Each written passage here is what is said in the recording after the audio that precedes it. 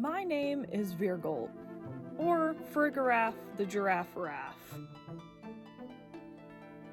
And I have a lot of Pokemon cards. I collect everything from base set to modern and damaged to mint. And this is my adventure in the Living Pokedex Project. Alright friends, welcome to episode 2 of the Living Pokedex Project. You've seen the title, you've seen the thumbnail. It is time to pay the Charizard tax. You can probably tell from my tone of voice, Charizard is not my favorite Pokemon. In fact, he could probably safely be considered one of my least favorite Pokemon. He has unfortunately really come to represent kind of like everything I do not like about the modern Pokemon card collecting scene. A lot of greed, a lot of really poor behavior. If you're watching this channel, you're probably intimately familiar with all of those particulars, so I won't rehash them here. But like, Charizard should have been a slam dunk generational favorite for me. It really should have. Because, like, I had a huge dragon phase back in the day. Like, as a kid. Huge dragon phase. And, I was also, convinced that, like, fire type was, like, the best, strongest type. Like, clearly the way to beat a Pokemon game is to just have as many fire types on your team as possible, because, like, what can be better than a fire type? It just steamrolls everything. Not true. I got considerably stuck on many rival battles in Heart Gold, Soul Silver, and also on, Claire's Kingdra. But a story for another time. So Charizard being like a dragon fire type, I really did like him as a kid. I really did. And then as an adult, I became more aware of like the wider Pokemon community and the hobby and all the different facets of it. And I don't know, like Charizard to me is like when you discover like a series or a franchise or something as a kid and like you really like it, but you kind of like it in isolation because, like, again, back in the day, I didn't have unlimited access to the internet. So, you know, like, you kind of like you enjoyed things either like with your friends at school or like friends at like activities and stuff after school or whatever, or you kind of just like enjoyed it by yourself. And like Pokemon for me was like a thing I enjoyed. Like, for the vast majority that I have been in Pokemon, like, I think I have enjoyed by myself. And, you know, again, came and went with it. But as an adult, you know, I kind of really learned that Charizard is the OG industry plant.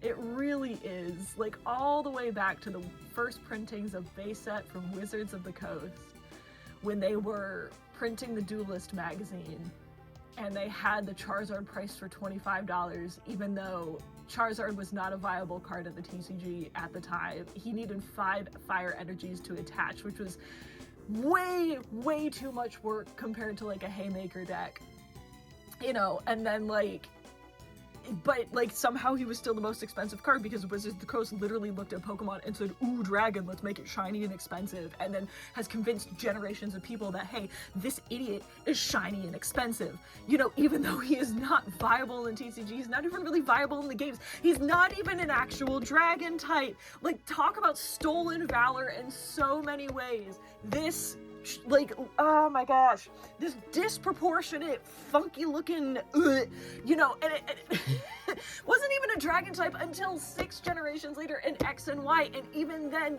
they gave him the worst of the 2 designs. Like, hang on, you know what, I have an ornament for this. Like, look at the proportions of this man. Look at him, like, useless vestigial arms, his neck is way too long, his body is wrong, like, if dragons were traditionally based off of skeletons of, like, a dinosaurs found back in the day, this man is posed like how they posed Sue in the Chicago Field Museum when they didn't know how Sue walked. And, like, obviously they figured out that Sue would be balanced like this, and if Charizard were actually smart and not, you know, a goofy idiot like he is, he would be proportioned like this. But no, he stands like this, like a clown. Look at his arms. What is he grabbing? Who knows? I don't, and I don't think he knows either. His neck is way too long to be balancing his head. Do you know why Sue's fossil doesn't have the skull displayed with it? Because it's too heavy to display the skull. How in the world is this man holding up his neck? His head? I don't know. And then also... there's an entire generation of kids that frankly at this point should be going to bat for the generation 8 starters, for Sobble, for Grookey, and for Cinderace. Not Cinderace. Sobble, Grookey, and oh my god, not Raboot either. Score Money, right? But like, here's the thing. Is that like, look, who was an adult at the time that Sword and Shield came out, I can look at them and be like, they're not for me. But like, there should be an entire generation of kids that are like, those are my boys, those are my starters. And Game Freak was like, you know what? Run Charizard again. Give the most poser industry plant Pokemon to the most poser industry plant champion, Leon. Like, oh my gosh, it's just. And in every set, the Charizard comes out in. It just makes it expensive, and it's just like, honestly, nobody at this point can say that they enjoy Charizard unironically or separate from the value of his cards or anything. Like, I do not trust a single adult who says Charizard is my favorite. I'm sorry, I don't. It is impossible at this point to separate him from the value that everybody has ascribed to him. You know, like any kid that's like, oh, I like Charizard. And it's like, do you, or did your dad teach you that? Like, if you were just organically given a game, like any game that's not Gen 1, would you still like Charizard? Probably not, because you wouldn't have access to him in any modern game, not until the late game. Like Scarlet and Violet, that's DLC content that you have to go out of your way and install into the game. For a Sword and Shield, like, okay, yeah, you have Leon, but like, yeah, great, you know, did they give you one in Sun and Moon? I know they gave you Kanto starters in X and Y, which was so annoying too. It's like, brother, we have our starters. We don't need these. But it's just like, I don't... Anyway. I don't like Charizard. That is the conclusion of this rant. I may or may not keep it in the video. Get out of here, you clown proportion dragon. Anyway, let's walk through these cards. Oh, I need to go get mine. I need to get my list here. So, completion percentages for these guys. I have about 63% of all Charmander cards. I have 53% of all Charmeleon cards. And I have an even lower completion percent for Charizard than I did for Venusaur, with only 20.7% of all Charizard cards. He has many, and a great many of them are expensive. And I have no interest of going out of my way to get any of them. But regardless, here we go. I'm just gonna also slide this over so I can actually fit my arm through here. There we go. So, as before with the Bulbasaur, we start with this super cute art from TCG Pocket of the Charmander in the nighttime. I like the Charmander. Like, I like arts of this Pokemon. I just don't like what they represent anymore, and I think they have been overvalued for a very long time. But, you know, hee-hoo. But this one is free with a printer that you can print right now and stick in your binder. So I highly encourage you to do that. And then we also have my binder inserts that, if you did not see my explanation for them in the first video, I would encourage you to go check it out. But essentially, I make these to make my pages look more like Pokedex entries, which is really fun. So Charmander, I think Charmander, Charmeleon, and Charizard are all considered the lizard Pokemon. They all first debuted in base set, and I used the Pokedex entry from Heart Gold, Soul Silver. Make my stack of cards. So we begin with, this is a, let's see, this is base set, unlimited. Not too bad of shape actually, but with the classic, you know, Charmander really enjoys setting fire to things with his tail. Like, I think it's an entertaining running theme that he has, where they're like, yeah, this isn't just a cosmetic thing. You know, the fire Pokemon that have fire that, you know, is constantly lit on them do run the very serious risk of setting things on fire. And then also have the Shadowless Unlimited of this card as well. Same art. And a base set 2 printing.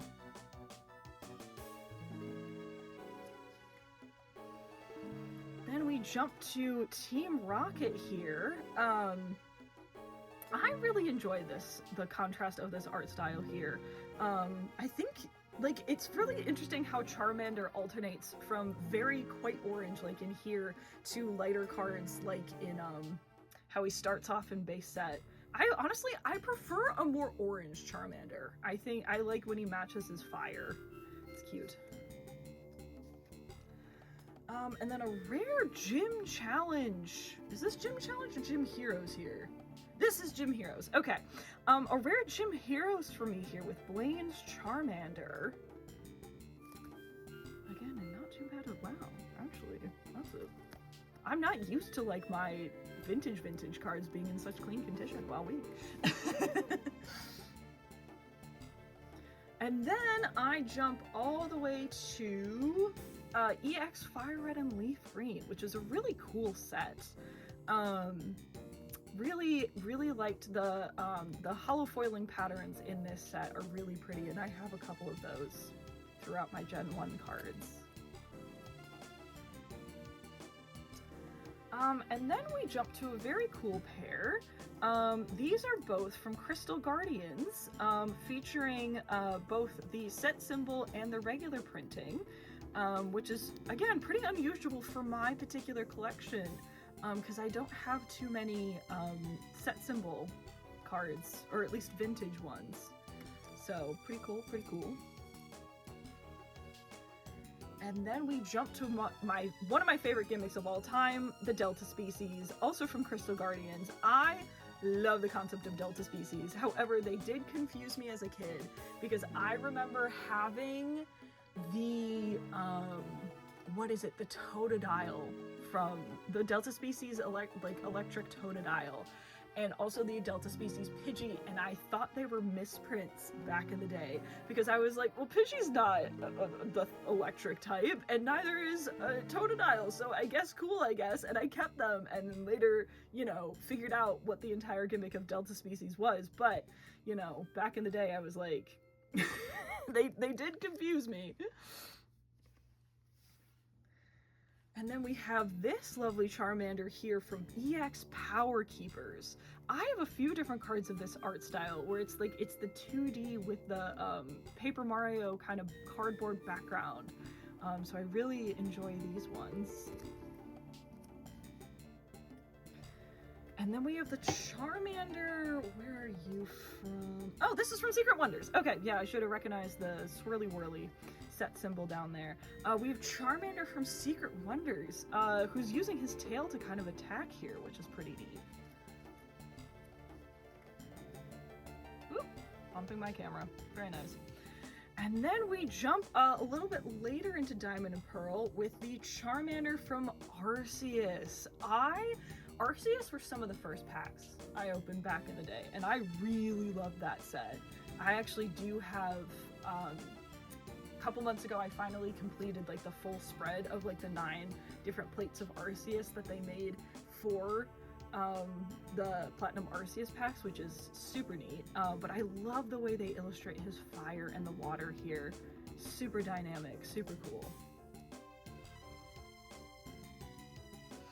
And then we jump into, yes, the black and white era here with Legendary Treasures, which was a super cool set back in the day. I think Legendary Treasures was one of the last sets that I opened before I kind of exited the hobby as a kid. So I have a fair few of these, but after that it kind of becomes like the big gap in my binders that I've been working to fill in as I've been back into it.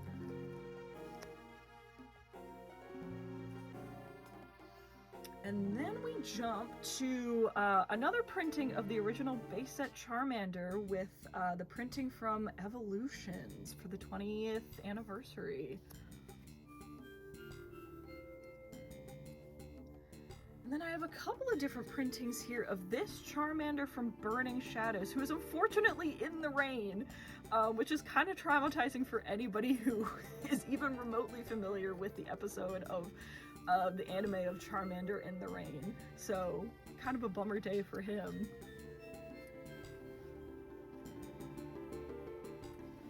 And then this Charmander here, again with the tail.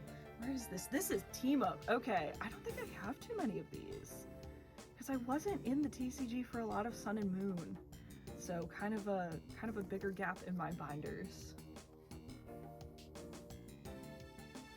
And then this really unique one. I really enjoy this art style that they gave for Charmander here. Is this also Team Up?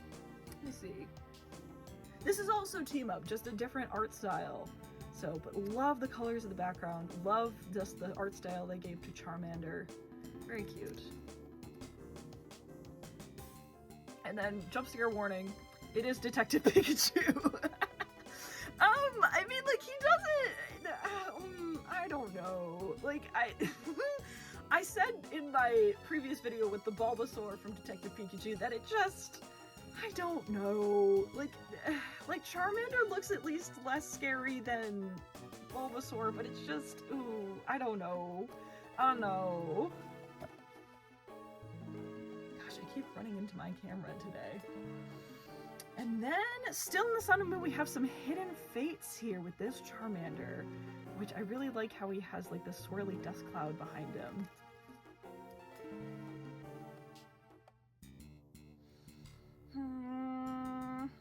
Oh dear. And I am now slightly out of order. Here we go.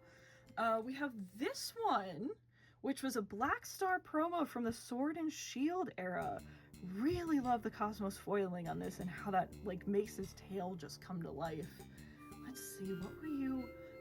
Okay. So this came out of a battle style single pack blister, which is interesting. I think I might have picked this up as a single out of a bulk box or something, because I don't remember ever picking up that product.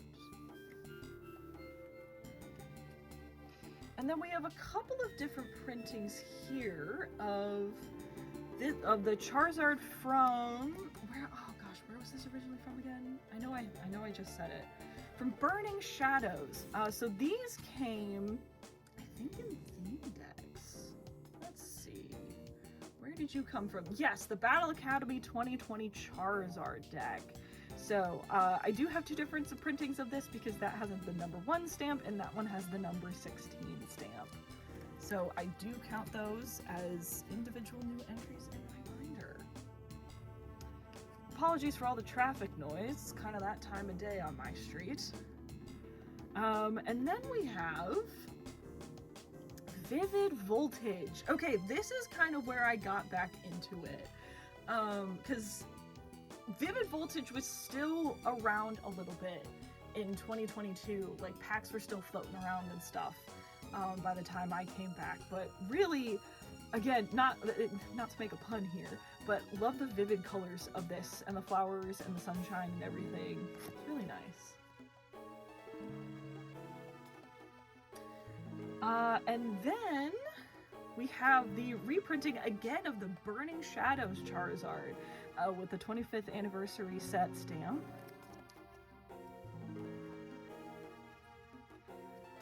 And then the last card I have in this the Yellow Borders era, the Pokemon Go Charmander. All right. And then we have a pretty strong opening to the... Oh gosh, why did they put that there? Interesting. I might make an executive decision here. Well, accept it as a promo. Okay, I'll go according to the list. Doing some more card shuffling off to the side here. I do remember when nobody, like, Obsidian Flames came out and everybody said, eh, which is rather surprising considering it was like a Charizard-centric set. But I think this this promo illustration rare in particular really picked up in popularity when both the it was the Squirtle and the Bulbasaur from Stellar Crown came out, and kind of completed the Pidgey set here. So super cool. Really glad again that I have all three of them and pulled them myself. Otherwise, I don't think I would have any of them. All right. Let's see. Man, my silver border cards are really out of order, I guess, huh? Then we have another promo here. This is the one that matches the Bulbasaur in the Cosmos foiling with the silver borders, because this, I do believe, also came with the poster collection for 151.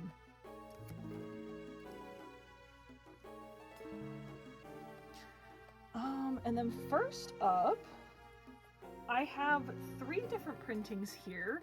One in holofoil, one in reverse holofoil, and one in regular of the Charmander from Obsidian Flames.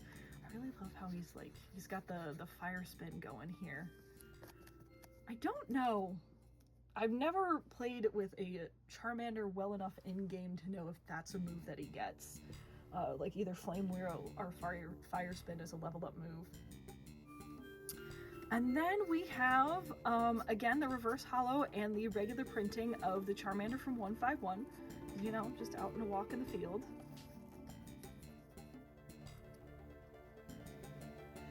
And then I did pull this one myself, and I'm pretty pleased with it. Unfortunately, this set is not complete. I do have the illustration rare Charmander from 151. I will say it's super cute. I do like the trio of these arts. I don't anticipate anytime soon finishing it out because I have both the Charmander and the Charmeleon, and as much as I like the Charizard, it's increasingly out of my budget. So unfortunately, this will have to remain incomplete for a long time in the foreseeable future. And then, as before, these are the cards that came in the My First Battle decks, which you can see on the back, printed with the blue borders and the silver borders, which is super cute art of this Charmander.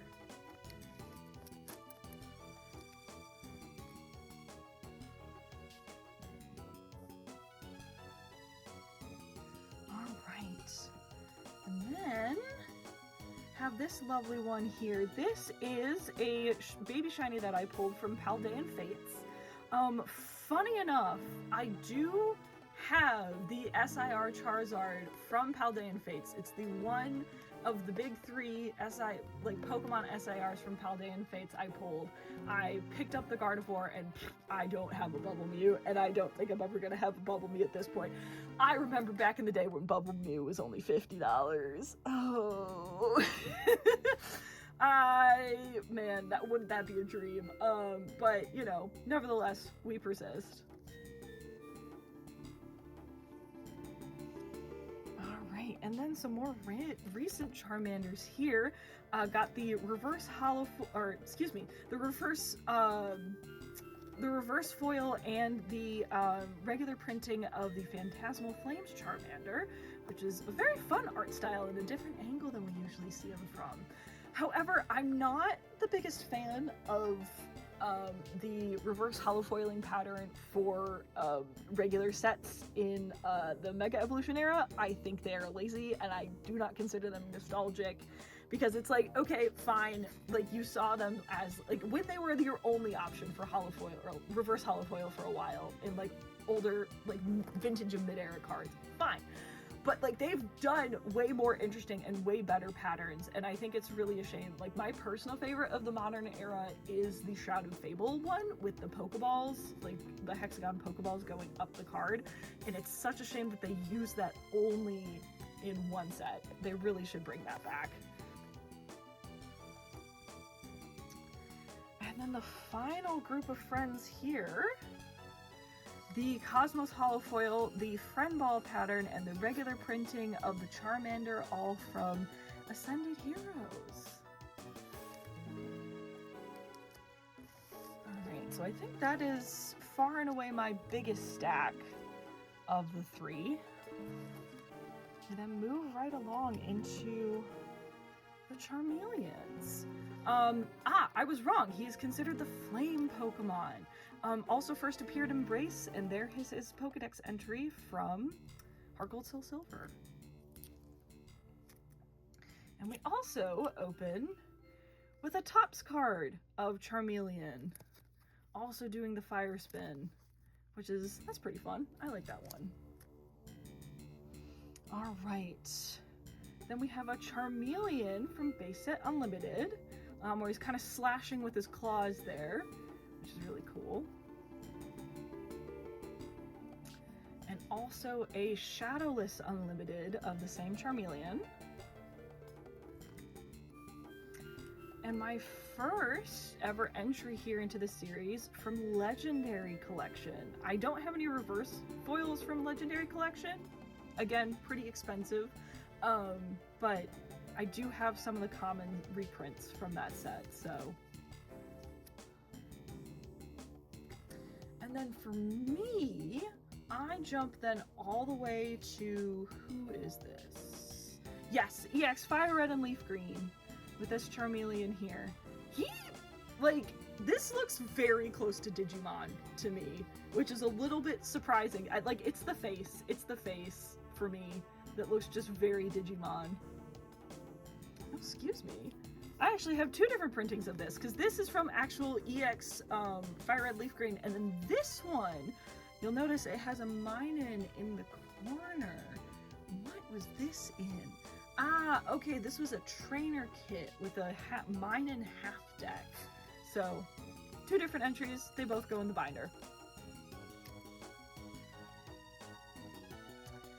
And then jumping to yet another fire spinning Charmeleon here, this time from EX Power Keepers. So again, really cool. He's got the claws, he's got the spinning fire.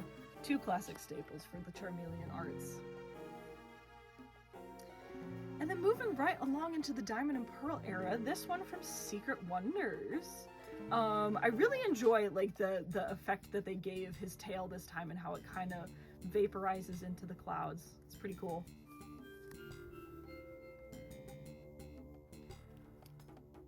And then, again, moving right along, I kind of only have like one or two cards from every era of Charmeleon. And then it jumps into the next era here. This one, is this black and white base? No, this is Boundaries Crossed. So we got the Charmeleon kind of in the lava pit there. Although I kind of wish there was more shadow shading on him because he looks a little bit PNG.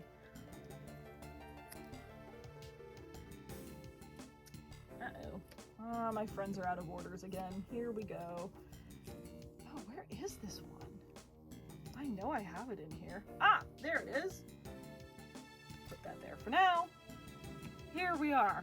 And then we have this one here, which if you've seen any of Sleeve No Card Behind's videos on story cards and arts, you should be familiar with this duo of cards. We have the Charmeleon setting the Swablu on fire because he isn't managing his tail, and I think I do have the accompanying Swablu card, but we'll be seeing that much later in the series. Alright, and then we have, this is Sun and Moon, yes, Burning Shadows Charmeleon. I really enjoy this pair here, because it, such a different style for Charmeleon. Really, really cool. Really kind of brings out that, it's gonna become the big lizard. Gosh, I keep bumping into my camera today. Oh boy. Alright, and then also in the Sun and Moon era, we have Dragon Majesty. Again, love the way that they did the tail on this one, and that he's on the edge of a cliff. Super, super cool.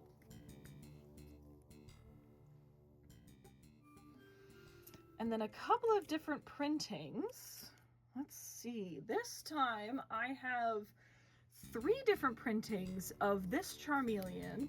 He originally appeared in Hidden Fates, but then was published in the Battle Academy decks for Charizard. So I have number 15, number 30, and number 51.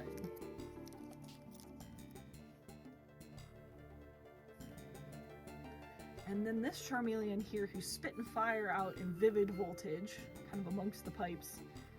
That's an OSHA violation. And both the regular and reverse holofoil of Charmeleon from Pokemon Go. They love to put them by volcanoes, don't they? Must really thrive there.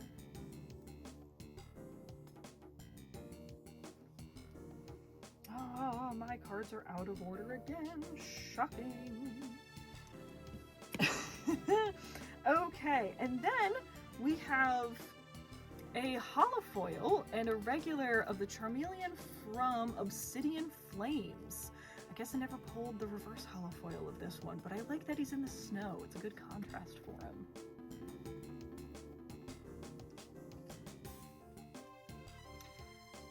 And then the holofoil, goodness gracious, the reverse holofoil and the regular of the Charmeleon from 151. Again, in the flames. He just, you know, he's burning down the forest, he's burning down the volcano, he's just burning everything down. And then this one, you'll probably recognize the illustration rare from 151. I picked this up in an antique store in Kansas. No, it's not antique, but they had a lot of cabinets in there selling modern cards. And I think I only found it for like $25. And I picked it up, and I'm pretty glad I did, because otherwise, again, I would not have it. And then the Charmeleon from the My First Battle decks. Again, they did not make a Charizard for these because for all of the starter Pokemon, they only got to their second and not their third stage. But yeah, he's burning the field. He's burning the field again. This man cannot stop burning the field. And then we have the reverse holofoil and the regular from Paldean. Is this Paldean? Yes, from Paldean Fates. At least he's in the stones this time. A little bit harder to burn those up.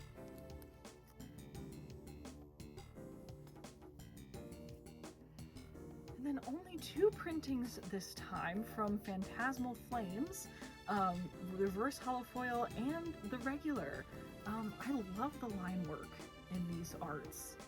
Super clean, super good. The volcano's exploded and he's falling down it. He must have tossed the ring into Mount Doom. Good for him. And then the last one of the Charmeleons, this lovely friend from Ascended Heroes. I love how purple the background is on this. Honestly, I think one of my favorite archetypes for arts is Pokemon standing in field. It's really, really nice color work in this one here. Alright, it's time for the big boy. If I can actually pick my pile up here. Here we go. Alright, we start with 2 different cards from TCG Pocket. We have the Charizard EX that came out in the first series from Genetic Apex, and then we also have the Mega Charizard YEX. And saying series accidentally activated my Siri on my iPad, so gotta be careful about that one. But yeah, super cool arts, both of these. Definitely like to see a different angle for the Charizard. I find it very interesting that they decided to publish they decided to print the X as a physical copy and then the Y in Pocket. But I don't know, maybe one day they will physically print these cards. That would be cool, but I don't know. We'll see. We'll see. Maybe for like the 50th anniversary or something, or maybe some special anniversary of Pocket, they'll print some of them. And then we have the Pokedex entry for Charizard, who's also the Flame Pokemon. First, again, very famously, first appeared in base. I have no copies of base Charizard, like any kind of copies, don't have that. And again, it's still using the Pokedex entry from Heart Gold, Soul Silver. And then as a fun special edition, I have a few of these Poke Trivia cards here that also have some of the movie promos on the back. I don't have a whole lot of these, and I've seen in antique stores before, I've seen entire like unripped sheets of them, but I don't know, I've never picked them up because it's like, I don't know how I would keep them, to be honest, because it's like you would need like basically to have like a one of those binder inserts where it's just a whole page. And I was like, somebody who's a real big fan of this generation can have those. So we open Charizard with a very special card to me. This is the Holofoil Charizard from Expedition Base Set. Now you might be wondering how I came to be in possession of this. That's an excellent question. There was a kid that used to live on my block back in the day. I think I was like 10, 11. And we were both really into Pokemon at the time. But before he moved, he gave me both his copy of Pokemon Platinum, which I still have, and like a stack of his Pokemon cards. And the only two that I remember for sure that were in that stack were this Charizard and also a Palkia level X. I think, I'm like fairly certain, and maybe there was another Palkia in there too. I remember it was a Palkia, maybe not specifically the level X, but it would have been right around that era of the level X's. But yeah, like this is the only like E-series holofoil I think in my entire collection that I have, so I will say he's cool. Like the 3D art is goofy as heck, but it's cool to have. I like it. We'll give him that one as a treat. And then my collection jumps all the way to Charizard. Speaking of the level X's, Charizard level X, Cyrus, or I should say Galactic, which I think did come in the set. Yes, this is Supreme Victors. So man, it's nostalgic for me. Like these level X cards, I remember when they sold these in the tins. I loved collecting those tins. They were so cool to me. All right, and then have a cracked ice holofoil treatment here of this Charizard from Arceus, which is pretty cool. I think this might have been like a deck exclusive or something. Let's see. Oh no, it was a collector's tin from Walgreens of all places. Very cool. All right, now brace yourself. You've seen this card in my intro. This is the most damaged card in my collection. This is a reverse holo Charizard from Black and White Boundaries Crossed. I don't entirely remember where this guy came from. I think he either came in a bulk lot, in a binder, or I fished him out of a parking lot, and I'm inclined to believe the latter. But like, comically damaged, but unfortunately I have no other copy of this card, nor am I terribly inclined to get one, because let's see, let's look at the current price. The current price for a reverse holofoil normal is $47. I'm not paying $47 to like replace this like absolute icon and legend. Like, if you ever wanted to see what the layers of printing for a legitimate Pokemon card looks like, may I offer you this fine cross-cut here from this Charizard. Oh my goodness, he is so unwell. It cracks me up every time to like look at my Charizard page and like look at these like big expensive cards and then just this clown sitting amongst them. Oh, what a gem. What a gem.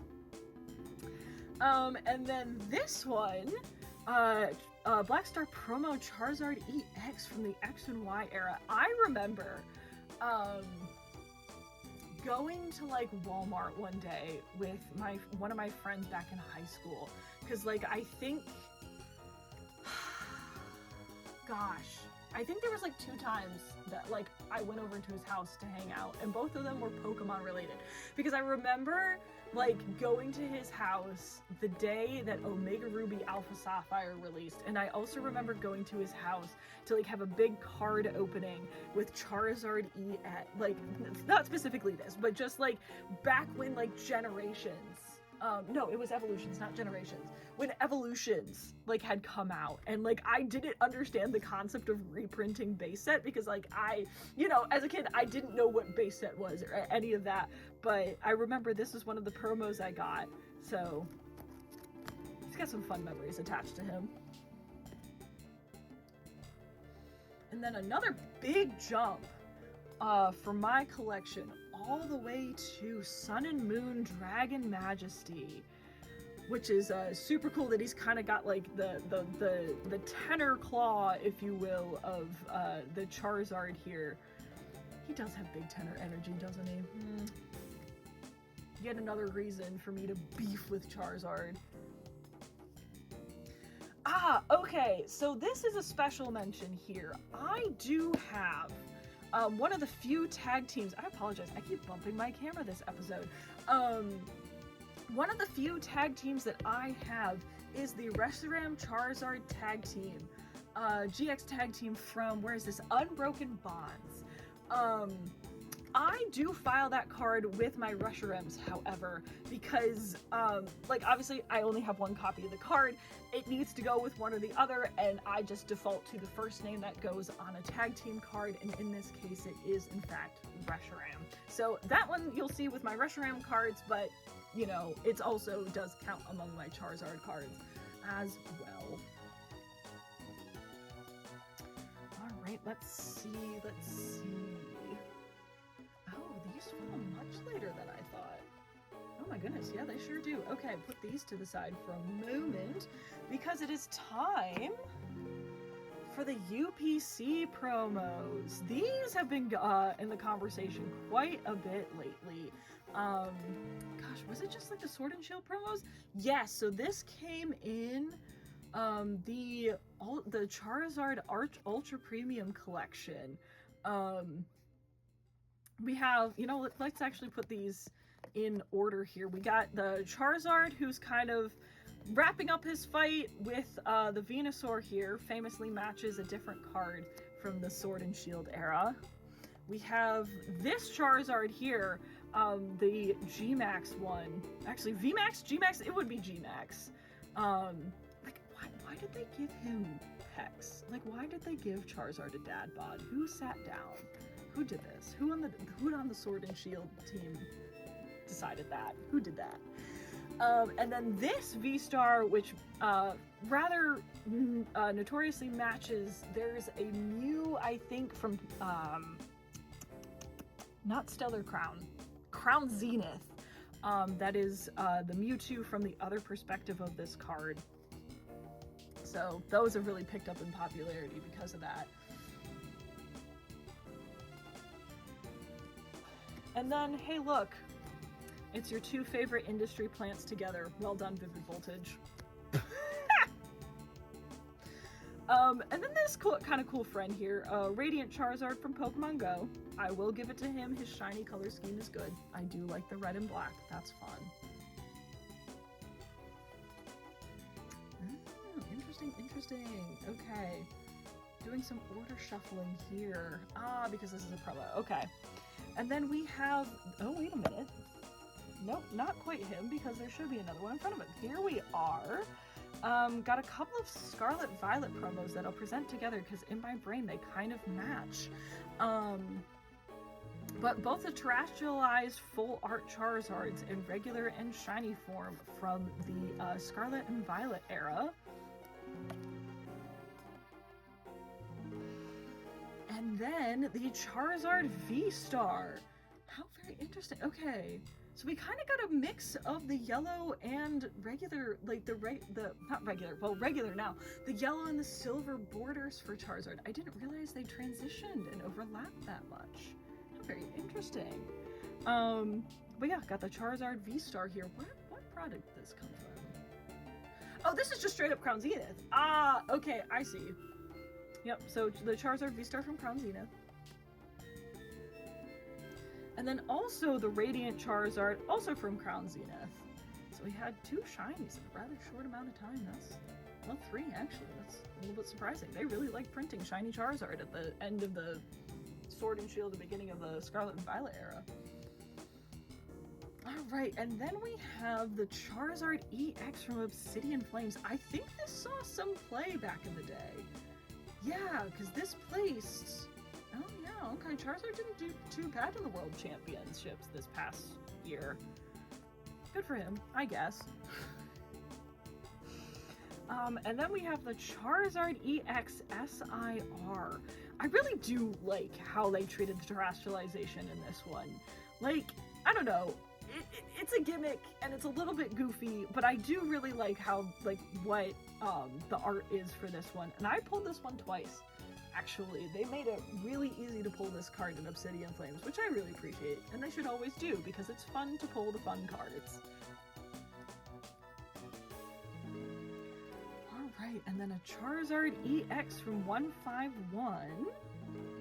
Looking very, very fierce with his 3 thingies there. And then also the Charizard EX full art, also from 151. This I did pull myself. So, you know, we had some EXs, but not the big one. Not the SIR, and that's okay.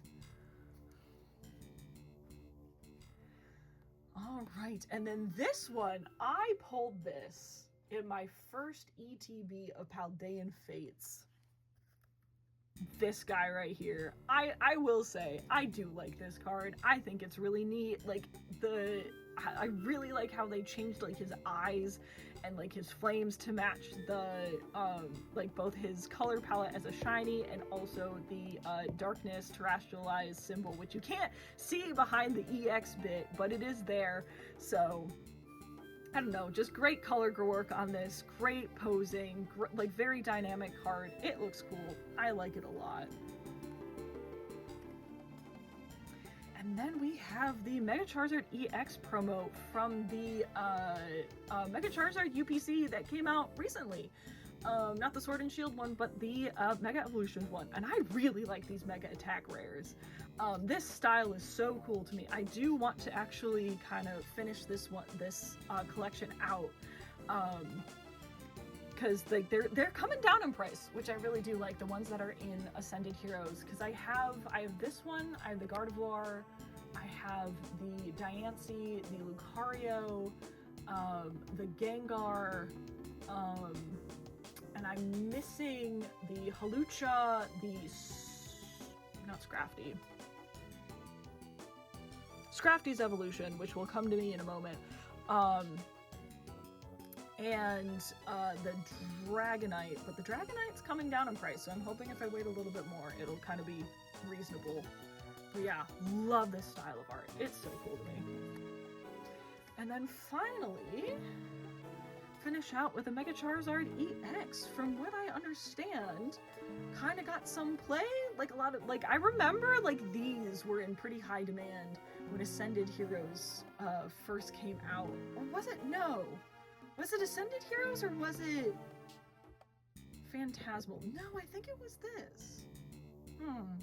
I don't entirely remember. I think it was Ascended Heroes, because they were waiting for the Mega Charizard Y, because there was like a deck with Charizard in it that was really popular at the time. But alas, everything falls to the whims of still Monkey Dory and also Dragapult, so we shall see. But yeah, those are the stacks. So I'll go ahead and put these back into my binder and then show y'all what those pages look like. All right, thank you everyone so much for watching. Hope you enjoyed, and I will see y'all in the next one.